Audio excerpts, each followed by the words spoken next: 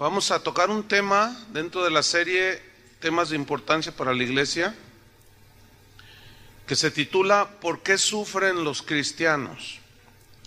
¿Por qué sufren los cristianos? Y vamos a leer Juan 16, versículo 33. Dice así: estas cosas, ¿ya lo tiene? Estas cosas os he hablado para que en mí tengáis paz. En el mundo tendréis aflicción, pero confiad, yo he vencido al mundo. Esta es la pregunta a contestar: ¿por qué sufren los cristianos?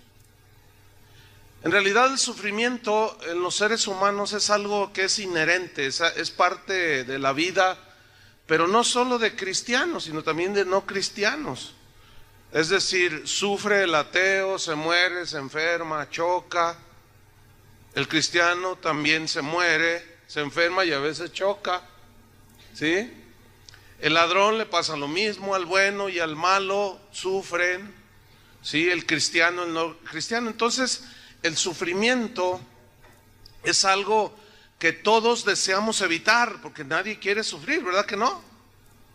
Sin embargo, en algún momento de nuestra vida experimentamos el dolor, experimentamos la tribulación, la aflicción, el sufrimiento, aunque no lo queramos. El problema con los cristianos es que hay un mal entendimiento en cuanto a si los cristianos sufren o deben de sufrir, se deben de enfermar o no. El razonamiento o el mal entendimiento está en una mala interpretación de estos versículos. Vamos a Isaías 53, versículo 4 y 5. Fíjese qué importante es interpretar lo mejor posible la Biblia para no fundamentar nuestra fe en malas interpretaciones. Isaías 53, 4 y 5, seguramente ustedes lo han escuchado esto muchas veces, y en base a una mala interpretación es que se han desarrollado doctrinas que a la vez han dañado la vida espiritual de las personas. Dice Isaías 53, versículo 4 y 5.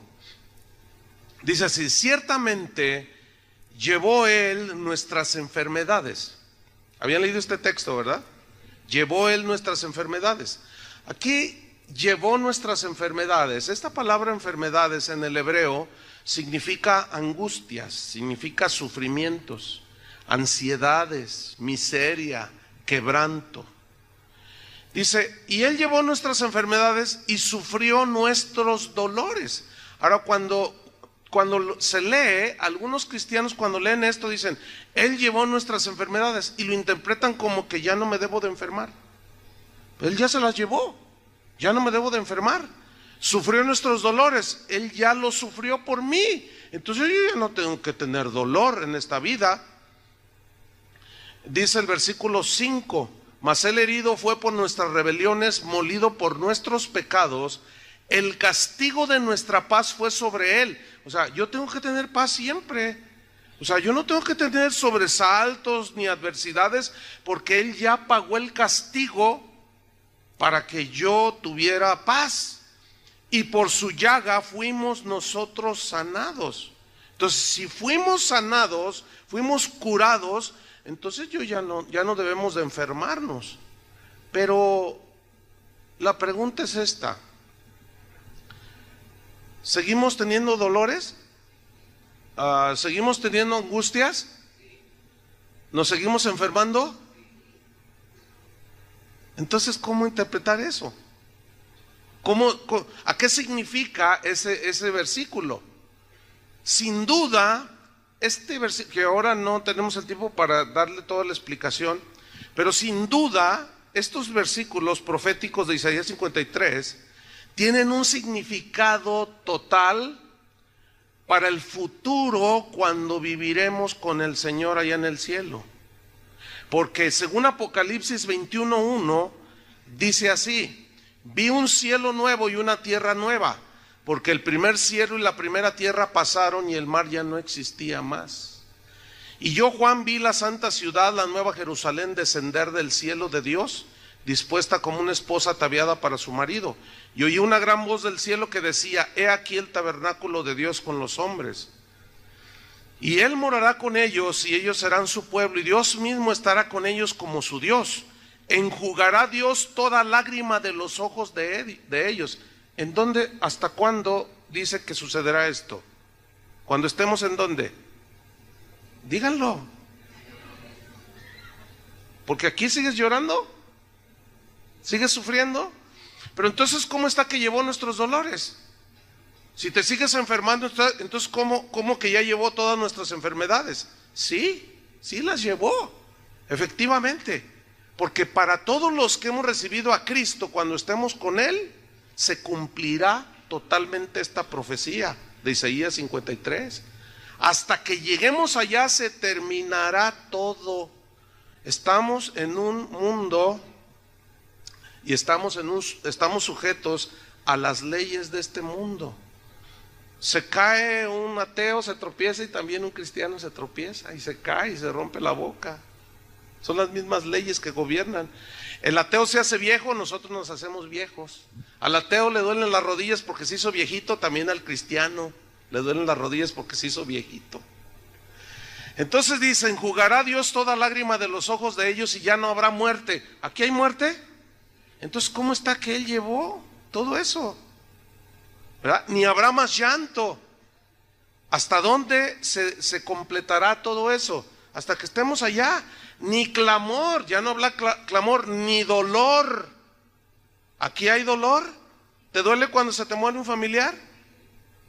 Entonces, dice: porque las primeras cosas pasadas. Ahora bien, hay un principio de interpretación de la Biblia que debemos de recordar, que es el siguiente: la Biblia se interpreta en su conjunto, o sea, en su conjunto, porque no podemos tomar textos aislados, porque de otra manera se corre el riesgo de malinterpretar los textos.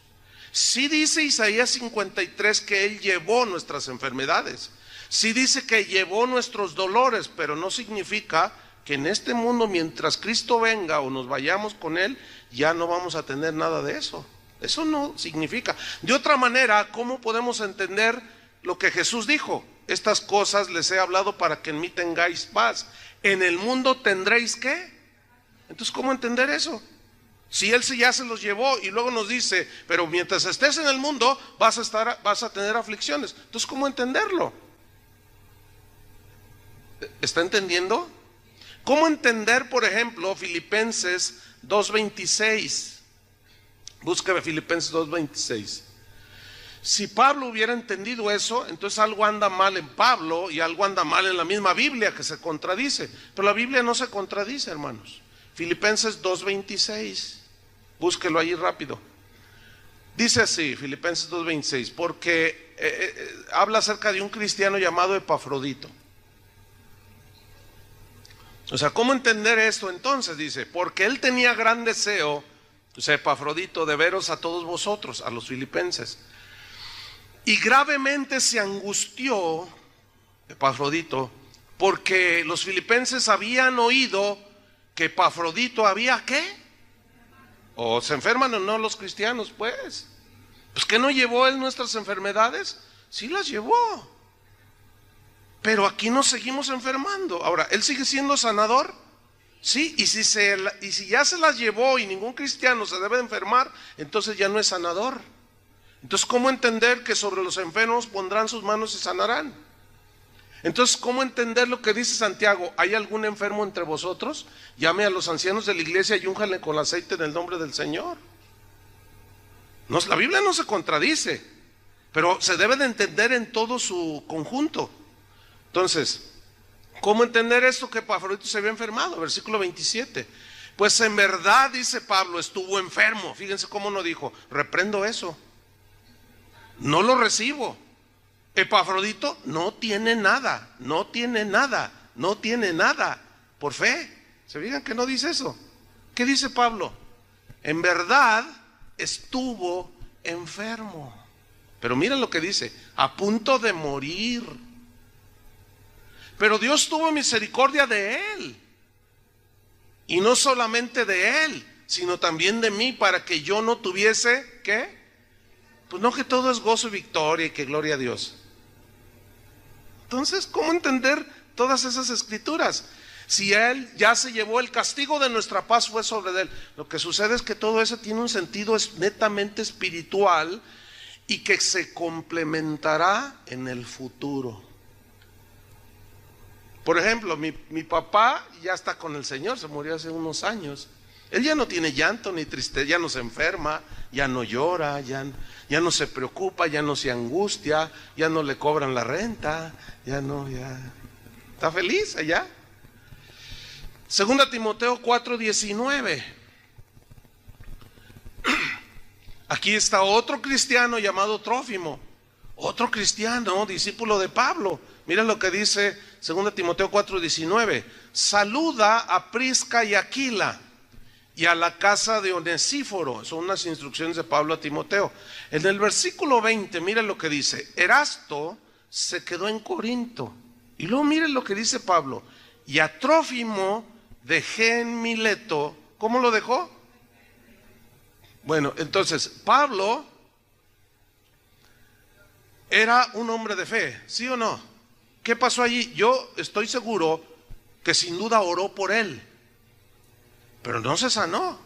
Pablo tuvo que seguir su travesía, pero lo dejó enfermo. ¿Qué pasó allí? Noten cómo Pablo no interpretó aquellos textos como los interpretan hoy algunos cristianos. Mal. Ahora, ¿ustedes creen que Trófimo era un hombre de Dios? También, pero se enfermó. Entonces, ¿cómo entender estos textos si él llevó todas nuestras enfermedades y los cristianos ya nos enfermamos, ya nos sufrimos, ya pare de sufrir? Ese nombre es de lo más aberrante que pueda haber, es de lo más antibíblico que pueda haber, que alguien le pudo haber puesto a una iglesia, pare de sufrir. Eso es un vil engaño. Eso no existe. Enséñeme a alguien que no sufra en esta vida, sea cristiano o no cristiano, enséñeme uno. Puras mentiras, el puro sentido común nos lo dice. Pero miren este versículo, Hechos 14:21. ¿Cómo entender entonces esto? Hechos 14:21. Dice así: y después de anunciar el evangelio a aquella ciudad y de hacer muchos discípulos, volvieron a Listra, a Iconio y a Antioquía. Versículo 22, confirmando los ánimos de los discípulos, o sea, fortaleciendo el ánimo de los cristianos, exhortándoles, animándoles a que permaneciesen en la fe, o sea, en el evangelio, y diciéndoles que es necesario que a través de muchas tribulaciones entremos en el reino de Dios. ¿Cómo entender esto? Y aquí las tribulaciones incluyen todo tipo de situaciones. Pablo decía, ¿quién enferma y yo no enfermo? Lo persiguieron, lo azotaron, naufragó, se le hundió el barco 2 veces. En otra ocasión lo descolgaron de una canasta.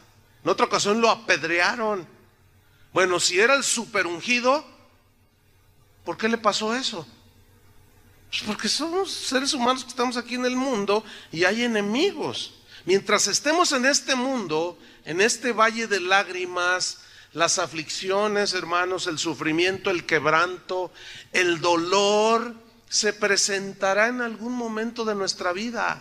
El problema está en que muchos cristianos, por las falsas doctrinas que hoy se han penetrado en la iglesia cristiana, cuando les llegan las situaciones difíciles no saben qué hacer, no saben qué reaccionar. Y se enfermó el cristiano, o perdió su trabajo, o se metió el ladrón y le robaron todo. Entonces va todo sacado de onda con el pastor. Le dice, pastor, usted nos ha dicho que nosotros ya nada de eso. ¿Y qué pasó? Y el pastor se la saca bien fácil. Es que no tienes fe, es que es andar en pecado. Pero esa no es la respuesta bíblica, hermanos.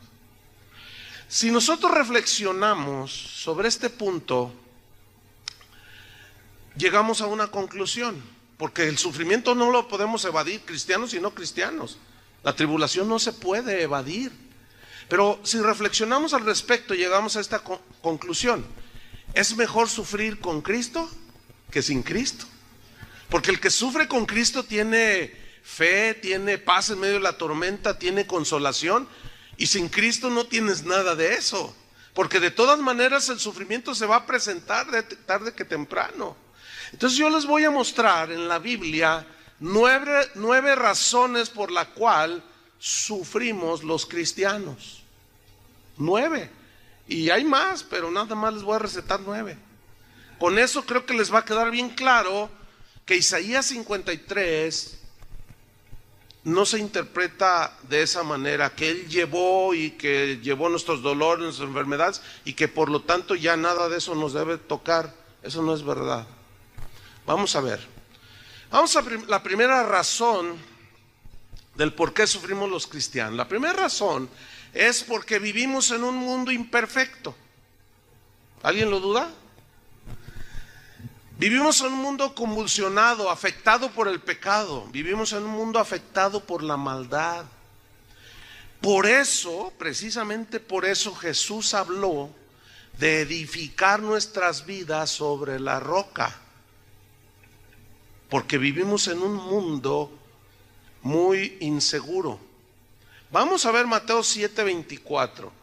Y aquí está la primera revelación al respecto, que muy pocos, no sé por qué, no la alcanzan a ver. Pero vamos a tratar de explicarlo hoy. Mateo 7:24. Esta es la primera razón.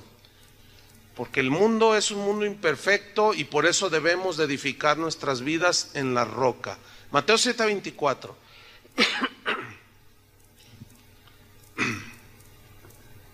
Dice así: cualquiera pues que me oye estas palabras se refieren a todo el capítulo 5 y 6 de Mateo, que es el sermón del monte. Dice que me oye estas palabras y las que las hace, o sea, son los creyentes. Aquí está hablando del creyente, ¿sí? Que oye y las hace, le compararé a un hombre prudente que edificó su casa sobre la roca. Ahora, note el versículo 25, está hablando del creyente que oye y hace lo que Jesús dijo. Y es un hombre prudente que edificó sobre la roca. Ahora versículo 25, mira lo que le viene. ¿Descendió qué?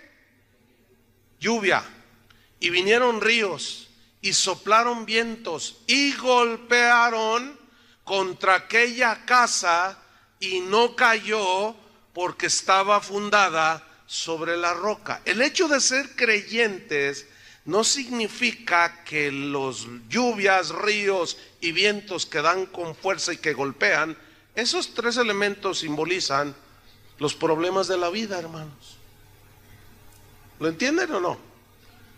¿Sí? Simbolizan las tragedias de la vida, los sinsabores, los dolores de la vida, el llanto, el quebranto. Dieron con ímpetu, golpearon, dice, contra aquella casa. ¿Pero qué sucedió? No cayó.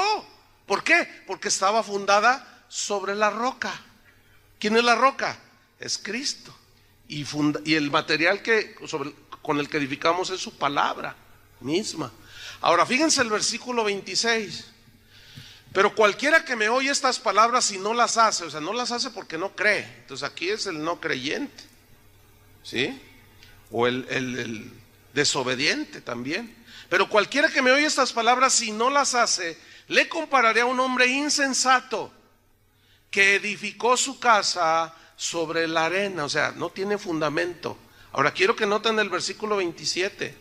Y descendió lluvia, vinieron ríos y soplaron vientos y dieron con ímpetu contra aquella casa y cayó, y grande fue su ruina. ¿Están notando que al creyente y al no creyente le vinieron lluvia, ríos y vientos? Más claro que eso no puede ser, ¿o no? Entonces Isaías 53 es verdad, porque es algo bíblico.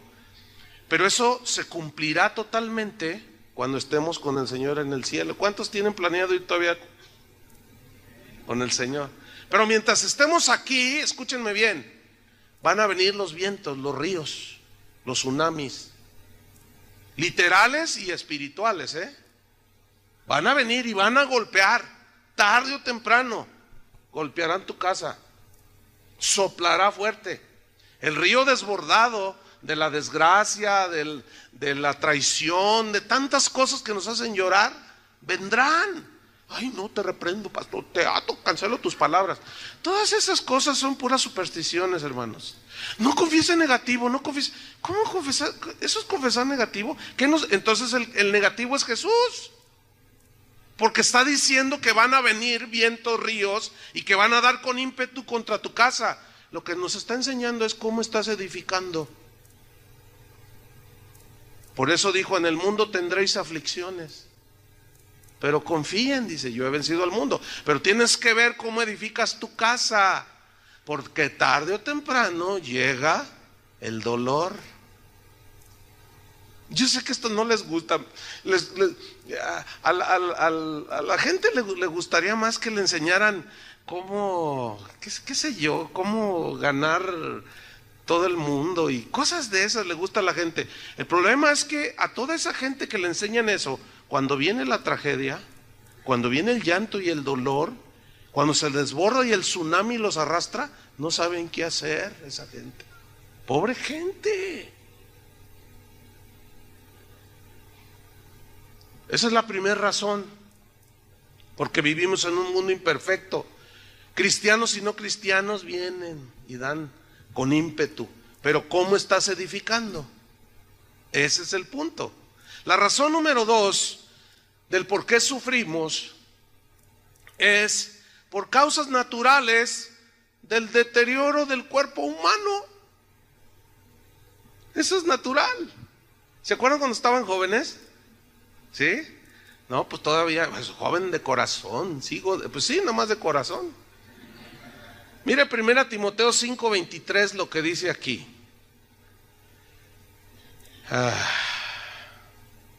1 Timoteo 5:23. Pablo le dan una instrucción, un remedio a Timoteo. Y mire qué versículo dice: ya no bebas agua. El agua de Palestina hasta la actualidad es mala. Sí, aunque le hagan tratamientos, es mala para beber. Dice, ya no bebas agua, sino usa un poco de vino por causa de tu estómago y de tus frecuentes, ¿qué? Bueno, entonces, ¿cómo está eso? ¿Cómo está eso? ¿Qué le sucedió a Timoteo? Timoteo, por lo que se ve en otros versículos, aparentemente era un hombre débil de constitución física. ¿Sí? Entonces él padecía del estómago, su digestión no era buena.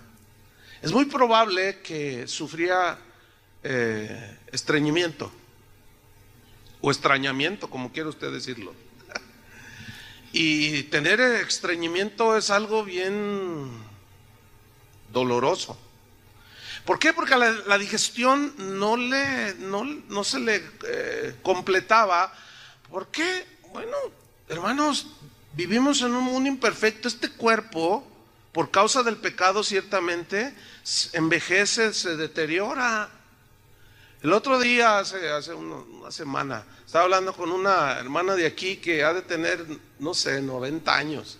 Me dice, ay, pastor, yo le dije, ¿cómo está? Dice, ay, pastor, dice, me duelen los tobillos, me duelen las rodillas, me duele la espalda, me duele la cintura, me duelen los hombros, ay, el cuello, todo me duele. ¿Por qué? Y le dije, ay, abuelita, pues usted ya está bien ruquita. Ay, pastor, siempre bromeando. Le digo, mire, pues todo por servir se acaba. ¿O qué quiere estar como una jovencita aquí brincando y danzando y todo el asunto? Digo, pura lógica, no les estoy diciendo nada fuera, ninguna revelación profunda. Cuando naciste y te empezó a crecer el pelo, algunos ya ni tienen. Otros, pues, ¿qué te duele a ti? A ver. A mí me duelen mucho las piernas de estar parado. Y cuando termino de aquí, no estoy ahí, reprendo en el nombre de Jesús, reprendo el dolor. ¿Cómo voy a reprender? Pues es natural que si estoy parado desde las 6 de la mañana y hasta las 3, 4 de la tarde, es natural que me duelan las piernas, ¿sí o no? Y no va a estar ahí, demonio de dolor, demonio de puras tonterías son esas, hermanos. Entonces escuchen bien, el cuerpo por naturaleza se deteriora. ¿Cuántos usan lentes? Pues veo un buen número. Pues yo tengo que usar. Ya no tengo la vista de un jovenazo así. No. Aunque me operé, puedo ver de lejos. Veo aquellos números y veo al que está durmiendo allá. A ver, despiértate. Pero estos lentes tienen aquí una graduación que solamente son para leer, porque ya los necesito para leer. Hermanos, y eso nos hace sufrir, ¿sí o no? Fíjense, un hermano se enfermó del corazón. Entonces me mandó un correo así preocupado y me dice: oye, pastor, ¿qué opinas? Fíjate que pues lo operaron y todo el asunto. Y me dice: pero estoy preocupado porque el doctor me recetó que me tomara un vaso pequeño de vino tinto.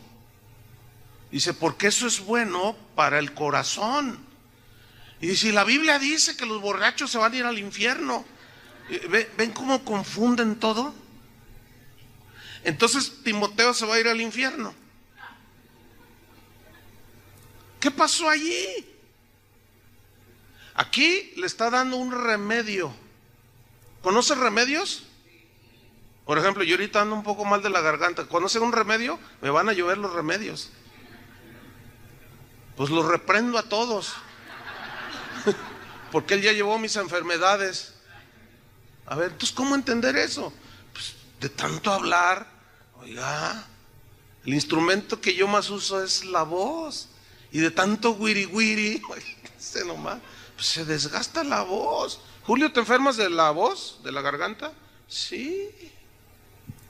¿Qué pasa ahí entonces? Lo que pasa, hermanos, es que tenemos que ser bien realistas por causas naturales, y eso trae dolor, sufrimiento. Yo he estado enfermo en ocasiones en que me han tenido que hacer cirugía, en otras Dios me ha sanado. O sea, el hecho de que sea en un futuro que se complementará Isaías 53 no significa que no oremos. Yo no estoy diciendo eso. Oramos por los enfermos y sanan, pero a veces no sanan. Y el enfermo, cuando lo está, sufre. ¿No es cierto? ¿Han estado alguna vez enfermos? ¿Sufres? Esa es otra razón. La tercera razón por la que sufrimos los cristianos es por la maldad de la gente. La maldad de la gente. Vamos a 2 Timoteo 4:14. 2 Timoteo 4:14. Yo les voy a leer este versículo en la versión Palabra de Dios para Todos. Pero en síntesis usted lo verá, es lo mismo. 2 Timoteo 4:14. Pablo le está dando una instrucción a Timoteo. Y miren lo que le dice.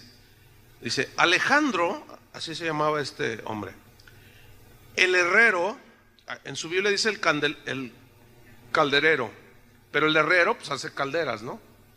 Entonces, Alejandro, el herrero, me trató muy mal. Así dice aquí. En su versión dice, me ha causado ¿qué? Muchos males que afligieron a Pablo. No da detalles. Pero luego el Señor aquí en esta versión dice aquí el texto, el Señor lo castigará por lo que hizo. ¿Cómo dice en la versión de ustedes? El Señor le pague conforme a sus males. O sea, hay gente mala que nos hace sufrir, ¿sí o no? Hay gente mala que nos hace sufrir, que te agrede, que te roba, que te hace un montón de cosas. Ahora, fíjese bien. Cuando un cristiano se convierte por la ignorancia todavía de la palabra de Dios, y esto nos pasa, supongo, a todos los que nacemos de nuevo, nos convertimos a Cristo y no sé por qué, pero eso es algo que sucede, que pensamos que todo el mundo, empezamos a abrazar a todo el mundo, amamos a todo, hasta al diablo le damos un abrazo. Y a todo mundo le decimos, y nos volcamos en el amor de Dios y todo, y no nos damos cuenta que hay gente mala. No sé si les pasó eso. Y luego, como ya eres cristiano, pero todavía falta conocimiento de muchas cosas, no sabemos cómo conducirnos en la vida. Entonces resulta que un día te diste cuenta que el vecino, el hijo del vecino, el muchachito de enfrente, se metió a tu casa y te robó una bicicleta. Entonces tú dices, no, pero pues yo soy cristiano. Bueno, ni modo, soy cristiano, ¿verdad? Y luego se vuelve a meter a los 15 días. Y luego llega un momento en que ya van 25 veces que se mete. Y tú, no, pues, pero es que pues yo soy cristiano y pues los cristianos no hacemos la guerra. ¿Para qué están las leyes? Romanos capítulo 13 dice que las leyes están para castigar al malo. ¿Qué significa eso? ¿Que podemos usar la ley o no? Claro que sí. Pero los cristianos, al faltar este conocimiento y este entendimiento, decimos, no, lo único que sí se nos prohíbe es ir a juicio con un cristiano. Dice, con ellos no vayas a juicio, arréglense acá, perdónense. A Pablo, cuando lo apresaron y lo golpearon y les dijo, ¿saben una cosa? Se metieron en problemas porque yo soy romano. O sea, yo soy ciudadano romano y por lo tanto tengo derechos de la Constitución romana, del derecho romano, y ya se metieron en problemas. Y cuando se enteraron que era romano, ciudadano romano, quisieron dejarlo en secreto, tipo justicia mexicana, ¿no? Primero te golpea y luego ya te suelta y ya no digas nada y ya ni disculpe, ¿verdad? Entonces Pablo dice, no, nada, que acá por lo oscurito. Dice, no, a César la pelo. O sea, al de mero arriba. Todos esos detalles normalmente los cristianos lo pasan por alto, pero nos hacen sufrir. Porque, ¿qué harías tú si sabes quién fue el que te robó el auto? O el que asaltó a tu esposa, o qué sé yo. ¿Puedes ir a denunciarlo a la policía? Sí. Para eso está la policía. Claro que al rato lo dejen suelto, pues ese es otro asunto. Pero que podemos hacerlo, sí. Yo sé que esto no es común que lo escuchen algunos cristianos, porque me están viendo así como... Porque hay otras preguntas muy normales, muy lógicas. Me escriben, pastor, ¿debe un cristiano ir a la guerra? Ese sería otro tema. La respuesta es sí, pero ahí se las dejo. ¿Pero cómo? Y es que se debe de entender a la luz de la palabra de Dios, que ahorita ya no vamos a tratar ese punto, por supuesto. Entonces la gente es mala, hermanos, y la gente en su maldad nos hace sufrir, ¿sí o no? Dígame si ahorita la maldad no anda desbocada en este país. ¿Hay gente sufriendo?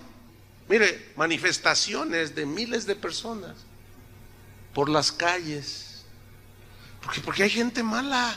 Eso hace sufrir. ¿Cuántos de ustedes han sido afectados por todo lo que ha pasado? O sea, que matan familiares o amigos o conocidos. Dice, yo me enteré de unos primos míos allá de donde yo soy de San Luis Potosí. Mataron a 2 primos míos, los de la delincuencia. Yo no sabía hasta hace poco que nos avisaron. Bueno, ya indirectamente ya fui afectado, la maldad del mundo, y eso te aflige, ¿sí o no? Bueno, sufrimos. Entonces, si fuera como se malinterpreta de que los cristianos ya todo amor y paz, gloria a Dios, pues eso no es verdad, hermanos. Seguimos llorando, seguimos sufriendo. Y una razón es esa precisamente, porque la gente es mala. La cuarta razón por la cual sufrimos los cristianos es precisamente por eso, por ser cristianos, ¿Cuántos son cristianos? Vamos a Primera de Pedro 4:12. Primera de Pedro 4:12.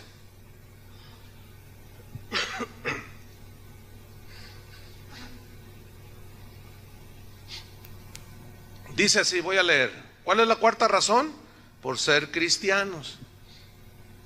Dice así, Primera de Pedro 4:12. Amados, mira cómo lo dice Pedro, amados, no se sorprendan del fuego de prueba que os ha sobrevenido, como si alguna cosa extraña os aconteciese. Quiero subrayar la frase fuego de prueba. ¿Cuál era el fuego de prueba a la que se refiere Pedro aquí? Aquí era la persecución por ser cristianos. Ustedes saben que Nerón le echó la culpa a los cristianos del incendio de Roma. Ellos no fueron, fue él mismo el que le prendió y le echó la culpa a los cristianos, simplemente porque los odiaba. Mira, muchos cristianos de una manera muy idealista, muy inocente, creen que porque se convierten ya todo el mundo los va a amar. Es al contrario, hermanos. No, llegan diciéndole a la gente, ya me convertí, ya no fumo, ya no le pego a mi esposa, así como para decir, ya acéptenme todos, y resulta que dice, ya no me quiere mi suegro, ya no me quiere mi mamá, ya no me quiere ni mi esposa, ya ni mis hijos me quieren. ¿Qué está pasando, pastor? Porque eres cristiano. ¿Qué cosa, no? El otro día hablaba con una persona, un varón. Me dijo, pastor, ore por mí. Dice, estoy sufriendo mucho. Dice, mire, la verdad es que antes de ser cristiano yo engañaba a mi esposa, y justo me predicaron el evangelio y yo entendí que estaba haciendo muy mal en engañar a mi mujer, a la cual amo mucho, y a mis hijos. Dice, pero pues yo andaba con otra mujer. Entonces me convertí, me arrepentí y dejé toda, corté con esa relación. Entonces mi esposa me empezó a ver que yo había cambiado y me preguntó, oye, ¿qué te pasa? Tu cambio es bien notable. ¿Qué estás haciendo? ¿Qué? Dice, entonces yo con todo el gozo y la alegría le dije, es que ya soy cristiano. ¿Cómo cristiano? ¿Y qué te enseñaron de niño? No, pues me reenseñaron una religión.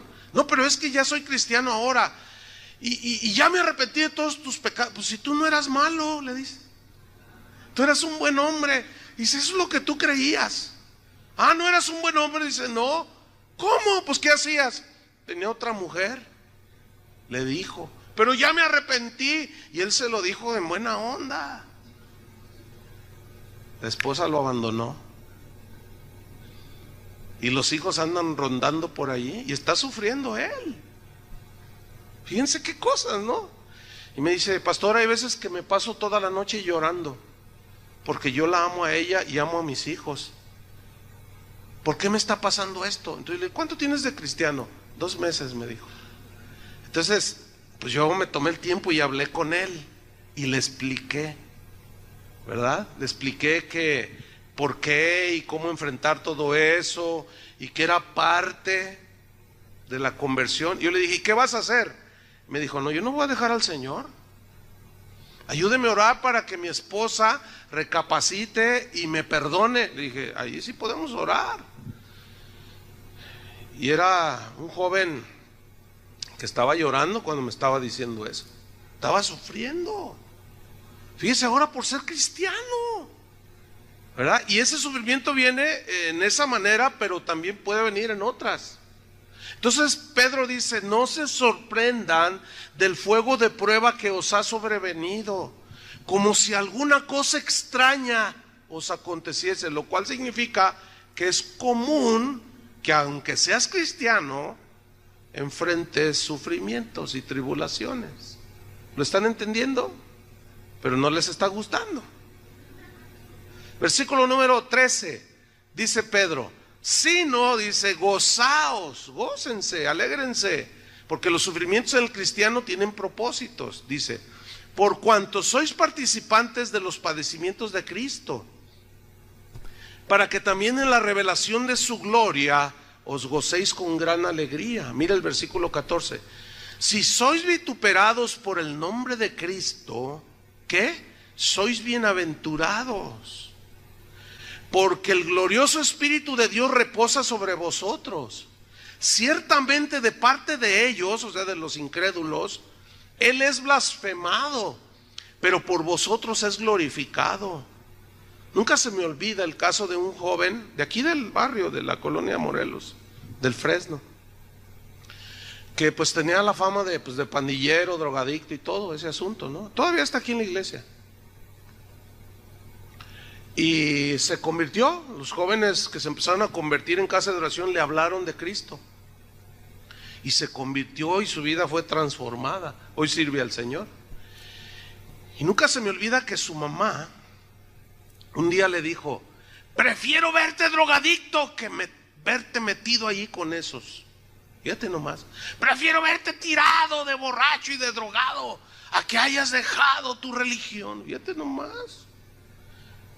Prefiero verte así a que te hayas hecho cristiano, le decía el muchacho. Entonces el muchacho se afligía en ese tiempo, joven. Se afligía y lloraba y decía: ¿qué hago? Le digo: mira, aquí es donde Jesús dijo: el que prefiere a padre o madre más que a mí no es digno de mí. Vas a tener que tomar una decisión. Es que me están prohibiendo venir a congregarme y alabar a Dios y seguir a Cristo. Tú vas a tener que tomar una decisión. Entonces dice: yo voy a seguir a Cristo, pero eso te va a producir ¿qué? Sufrimiento, dolor. Su papá lo llegó a golpear. Su mamá les decía a todos ahí en el barrio un montón de cosas del muchacho. No es cierto que ha cambiado, es un mentiroso. Y eso le trajo ¿qué? Tribulación, ¿verdad? Entonces imagínate que yo le digo: no, tú reprende eso. ¿Reprende qué? O sea, reprender se entiende que eso no me va a pasar a mí. Hermanos, ¿qué dice la Biblia? ¿Qué dice Pedro?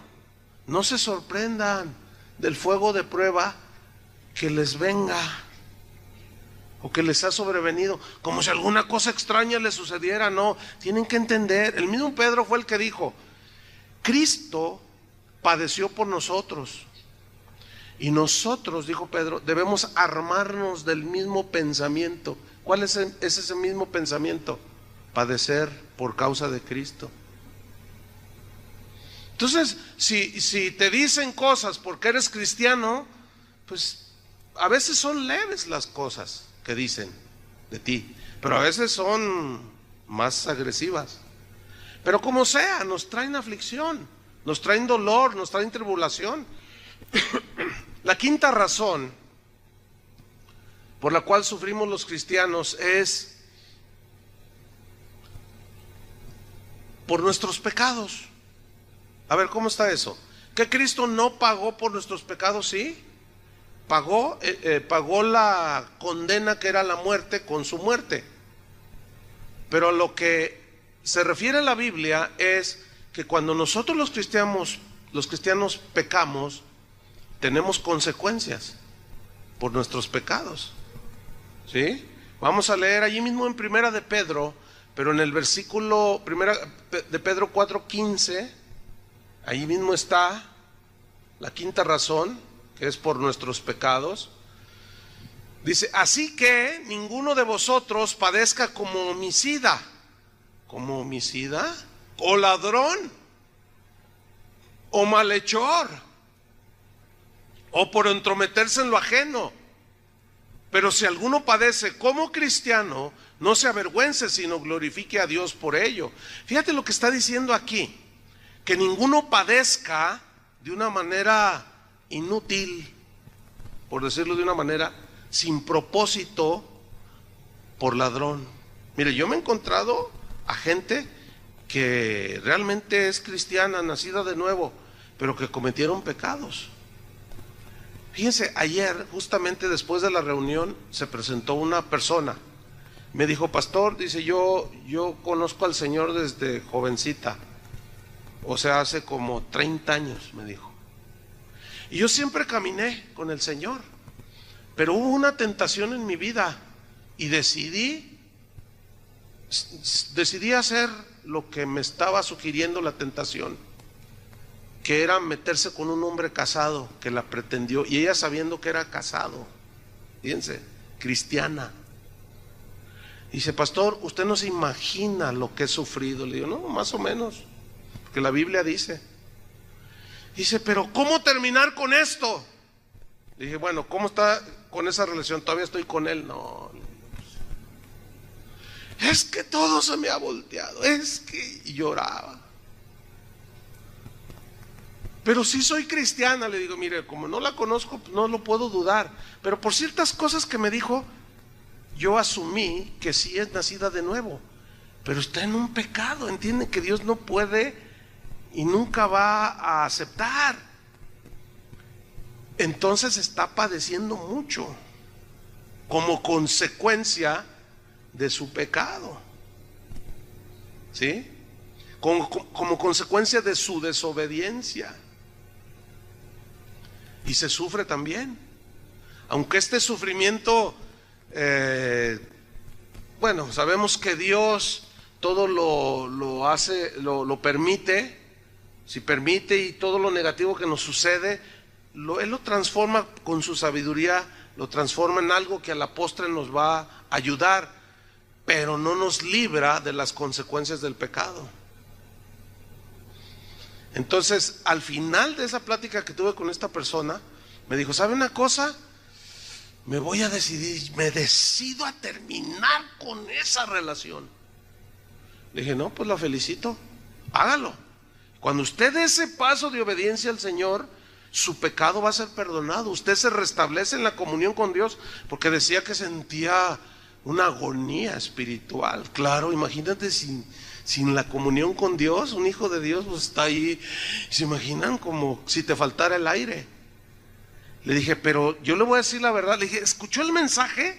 Y me dijo, es que llegué a la mitad, porque me perdí para llegar aquí. No, es la primera vez que venía. Le dije, bueno, necesita escucharlo todo porque le va a ayudar. Le dije, usted no se va a poder librar de las consecuencias, pero le van a traer problemas. Pues sí, dice, porque pues sus hijos, tiene hijos de un matrimonio que se deshizo, y si mis hijos pues ya están jóvenes y ven la clase de vida que tengo, y si ya andan haciendo sus cosas, le digo, ve, ahí están las consecuencias. Le dije, pero eso no lo va a poder evitar. Su pecado es perdonado si usted se arrepiente, pero las consecuencias las va a tener que enfrentar. Dice, es que no puedo imaginarme que una de mis hijas haga lo mismo, se meta con un casado. Y yo le dije, o que su hija casada llegue otra mujer y le quite el marido, que es lo que usted está haciendo. No me... Estaba muy afligida la señora. Entonces, cuando David pecó por adulterio, sufrió mucho las consecuencias. Entonces, de por sí, ¿verdad? La vida nos trae muchas situaciones, y luego eso le añadimos nuestras desobediencias y nuestras cosas, pues imagínense nomás. La sexta razón de por qué sufrimos es por el trato personal que Dios tiene con cada uno. Cuando Dios trata con cada uno de nosotros, pues nos duele, ¿no? Por ejemplo, Jonás, conoce la historia de Jonás, ¿no?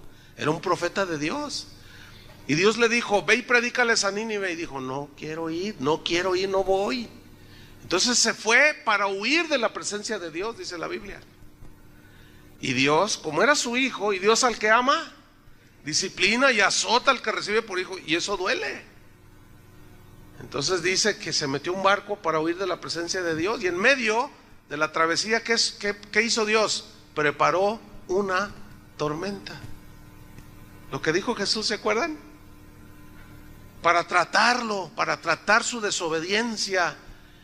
Entonces él le dice al capitán, tírenme al mar, porque yo sé que por causa mía está pasando esto. Y lo toman y lo echan al mar, y dice que Jehová tenía preparado un gran pez que tragase a Jonás. O sea, mientras no se arrepentía, Dios seguía tratando con su hijo. Imagínate ser tragado por un pez. Pues esa es una situación en la cual trae sufrimiento, ¿no? Y trae dolor, pero por un trato personal. Miren cómo trató Dios con Pablo. Vamos a 2 de Corintios, capítulo 12. 2 de Corintios 12, versículo 7. Vamos a ver cómo trató Dios con Pablo. Y este trato, bueno, pues, nos trae sufrimiento, nos trae tribulación, etcétera. 2 de Corintios 12, versículo 7. Bueno, el contexto es que Pablo está narrando una experiencia que tuvo, que se fue al tercer cielo y vio cosas y oyó cosas que nadie había oído antes. Entonces él está narrando, pero él dice algo muy interesante en el versículo 7. ¿Ya lo tiene? 2 de Corintios 12, 7 dice: y para que la grandeza de las revelaciones no me exaltase desmedidamente, me fue dado un aguijón. ¿En dónde? En mi carne.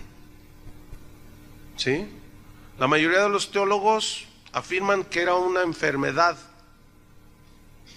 Dice, un mensajero de Satanás. Dios permitió, dice, que me abofetee. La palabra abofetear en el griego significa traspasar con un objeto puntiagudo. Entonces por eso se entiende que era una enfermedad en su cuerpo. Dice, para que no me enaltezca sobremanera. Fíjense qué interesante. Pablo sabía que él tenía una debilidad, que él era propenso al orgullo, que él fácilmente se le subía a la cabeza la soberbia y el orgullo. Por eso él mismo lo escribe y él mismo dice, para que la grandeza de las revelaciones no me exaltasen, me fue dado un aguijón. Y ese aguijón, hermanos, le dolía. Ese aguijón que le traspasó su carne y que lo hirió, lo afligió y lo metió en tribulación y lo tiró al piso. Y él sabía que Dios había permitido esto para que no me enaltezca, dice, sobremanera. Ahora, Pablo reconocía que él batallaba con el orgullo. Escúchame bien, todos los hijos de Dios, ¿cuántos son hijos de Dios? Todos tenemos cosas con las cuales luchamos. Pablo, el orgullo era una lucha que él tenía. Otros, los celos. Otros, la avaricia. Otros, la envidia. Otros, el resentimiento.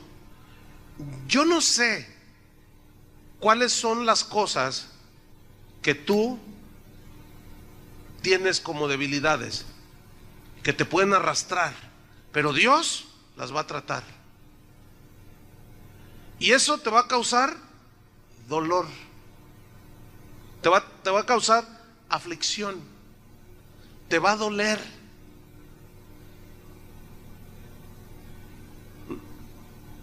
¿Les gusta eso? ¿Pero es necesario? Están muy así. Yo sé lo que algunos están diciendo. Están diciendo, no, sí, pero pues yo voy a orar para que no me pase nada. Yo voy a atar ese asunto. Yo no lo acepto, lo rechazo. Yo cancelo todo eso. Yo soy hija de Dios triunfante. Y nada de eso pasaré yo porque yo soy victoriosa. Bueno, vamos a ver lo que le pasó al victorioso Pablo, que no creo que le lleguemos ni a los talones, Versículo 8. Ahí está traspasado, abofeteado en su carne, para que no se enorgulleciera. Versículo 8, le dolía, respecto a lo cual 3 veces he rogado al Señor que lo quite de mí. 3 veces. ¿Por qué quería que Dios se lo quitara? Porque le dolía, hermanos, porque lo tenía en aflicción. Dice, y me ha dicho, ¿qué le dijo Dios? Bástate mi gracia. O sea, en otras palabras le dijo, no, necesito tratar contigo. Y para que no te me salgas del huacal, necesito pisotear tu orgullo, Pablo. Y la manera que he decidido tumbar tu orgullo es tumbándote a ti. ¿Y te duele? Sí, me duele. Pablo, bástate mi gracia. Y le dice el Señor, sigo en el versículo 9, porque mi poder se perfecciona en la debilidad. La palabra debilidad en el griego significa enfermedad del cuerpo. Fíjense nomás. Cuando usted está enfermo, está débil, ¿no es cierto? Con un simple dolor de cabeza que usted traiga, se siente débil y lo que quiere es acostarse y se siente todo desganado, débil. Entonces dice, mi poder se perfecciona en la debilidad. O sea, cuando tú te sientes ya débil, que no estás tú atenido a tu sabiduría, a tus propios recursos. Dice, por tanto, dice Pablo, él recibió esta revelación. Por tanto, sigo en el versículo 9. Por tanto, dice, de buena gana me gloriaré, me gozaré en mis debilidades, para que repose sobre mí el poder de Cristo, por lo cual, por amor a Cristo, me gozo en las debilidades. Dice, en afrentas, en necesidades. ¿Qué más? En persecuciones, en angustias. ¿Ven cómo no está diciendo no recibo esto? ¿Ven cómo no está diciendo él ya llevó todos mis dolores, ya llevó todas mis aflicciones? ¿Qué pasó con Isaías 53, Señor? Me estás fallando. ¿Verdad que no está diciendo eso? Porque Pablo entendía que eso se dará hasta que lleguemos al cielo. Mientras aquí podemos tener salud, pero a veces se cae la salud. Podemos tener una bonanza económica, pero al rato se puede acabar.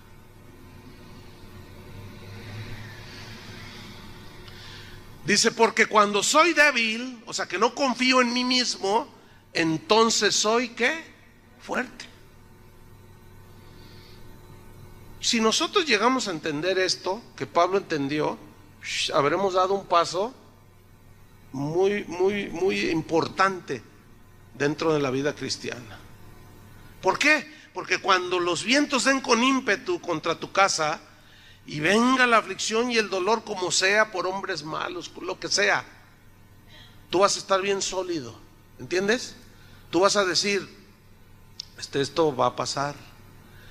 Tú vas a pedir la fortaleza del Señor. ¿Se acuerdan que el Salmo 23 dice, y aunque ande en valle de sombra de muerte, no temeré mal alguno? Esa frase, y aunque, aquí sí le aunque, porque dice, y aunque ande, significa, y a pesar de que ande en valle de sombra de muerte, no temeré mal alguno. No dice que nunca va a pasar el valle de la sombra y de la muerte. Dice que cuando vaya en él, cuando esté en él, no temeré mal alguno. O sea, todos los escritores de la Biblia entendían lo que todos entendieron. Los cristianos de hoy, casi muy pocos entienden eso, que aunque ande, entonces tengo que pasar, pues eso es lo que enseña la Biblia. Pues yo me resisto, todavía dicen algunos, es posible. No, es que a mí me enseñaron a decretar. Bueno, siga decretándole. Y cuando le venga el viento y le dé con ímpetu, ¿qué va a hacer? ¿De qué le sirvió la decretada? ¿De qué le sirvió la atada con 20 nudos? Se le soltó rápido el asunto. Porque eso no es bíblico, hermanos. Eso no es bíblico. Entonces mire qué trato personal.